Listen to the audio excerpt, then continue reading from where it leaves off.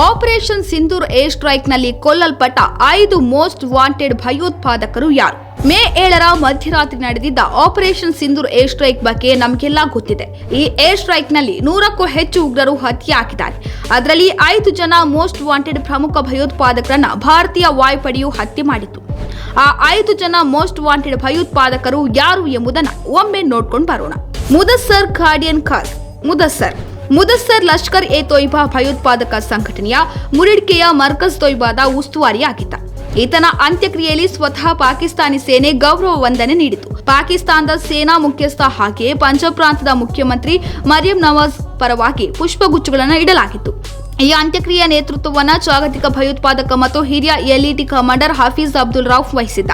ಪಾಕಿಸ್ತಾನ ಸೇನೆಯ lieutenant general ಮತ್ತು Punjab police inspector general ಸಹ ಅಂತ್ಯಕ್ರಿಯೆಯಲ್ಲಿ ಭಾಗವಹಿಸಿದ್ದರು. ಹಾಫೀಜ್ ಮಹಮ್ಮದ್ ಜಮೀಲ್. ಹಾಫೀಜ್ ಜೈಷ್ ಎ ಮೊಹಮ್ಮದ್ ಭಯೋತ್ಪಾದಕ ಸಂಘಟನೆಯ ಮುಖ್ಯಸ್ಥ. ಮೌಲಾನಾ ಮಸೂದ್ ಅಜರ್ನ ಹಿರಿಯ ಸೋದರ ಮಾವ.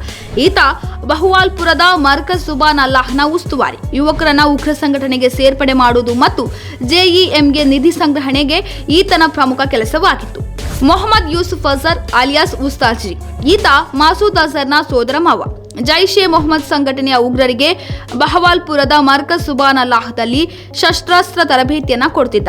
ಈತ ಜಮ್ಮು ಕಾಶ್ಮೀರದಲ್ಲಿ ನಡೆದಿದ್ದ ಅನೇಕ ಭಯೋತ್ಪಾದಕ ದಾಳಿಯಲ್ಲಿ ನೇರ ಭಾಗಿಯಾಗಿದ್ದ ಕೂಡ. 1999ರ ಕಂದಹಾರ್ ವಿಮಾನ ಅಪಹರಣ ಪ್ರಕರಣದಲ್ಲೂ ಈತ ಭಾಗವಹಿಸಿದ. ಈತನ ಹತ್ಯೆಯಿಂದ ಜೆಇಎಂನ ಬೆಳವಣಿಗೆ ಕುಂಠಿತಗೊಳ್ಳಲಿದೆ ಎಂದೇ ಹೇಳಬಹುದು. ಖಾಲಿದ್ ಅಲಿಯಾಸ್ ಅಬು ಆಕಾಶ್. ಈತ ಲಷ್ಕರ್ ಎ ತೊಯ್ಬಾ ಭಯೋತ್ಪಾದಕ ಸಂಘಟನೆಯ ಉಗ್ರನಾಗಿದ್ದು, ಜಮ್ಮು ಕಾಶ್ಮೀರದಲ್ಲಿ ನಡೆದಿದ್ದ ಹಲವಾರು ಭಯೋತ್ಪಾದಕ ದಾಳಿಗಳಲ್ಲಿ ಈತ ಭಾಗಿಯಾಗಿದ್ದಾನೆ. ಅಫ್ಘಾನಿಸ್ತಾನದಿಂದಲೂ ಶಸ್ತ್ರಾಸ್ತ್ರಗಳ ಕಳ್ಳಸಾಗಣೆ ಪ್ರಕರಣ ಈತನ ಮೇಲಿತ್ತು.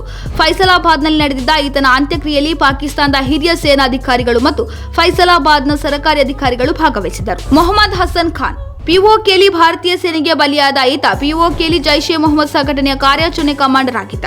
ಜಮ್ಮು ಕಾಶ್ಮೀರದಲ್ಲಿ ನಡೆದಿದ್ದ ಹಲವಾರು ಭಯೋತ್ಪಾದಕ ದಾಳಿಗಳನ್ನು ಸಂಘಟಿಸಿದ್ದ. ಆಪರೇಷನ್ ಸಿಂಧೂರ ಕಾರ್ಯಾಚರಣೆಗೆ 100ಕ್ಕೂ ಹೆಚ್ಚು ಭಯೋತ್ಪಾದಕರು ಬಲಿಯಾಗಿದ್ದಾರೆ. ಅವರಲ್ಲಿ 5 ಮಂದಿ ಮೋಸ್ಟ್ ವಾಂಟೆಡ್ ಉಗ್ರರ ವಿವರಗಳನ್ನು ಹೇಳಿದ್ದೇವೆ. ಇವರುಗಳ ಅಂತ್ಯಕ್ರಿಯೆಗೆ ಭಯೋತ್ಪಾದಕ ಸಂಘಟನೆಗಳ ಮುಖ್ಯಸ್ಥರು, ಸರ್ಕಾರಿ ಅಧಿಕಾರಿಗಳು, ರಾಜಕೀಯ ಪಕ್ಷಗಳ ಮುಖಂಡರು ಭಾಗವಹಿಸಿದ್ದರು ಎಂದರೆ ನೀವೇ ಯೋಚನೆ ಮಾಡಿ ಸ್ನೇಹಿತರೆ.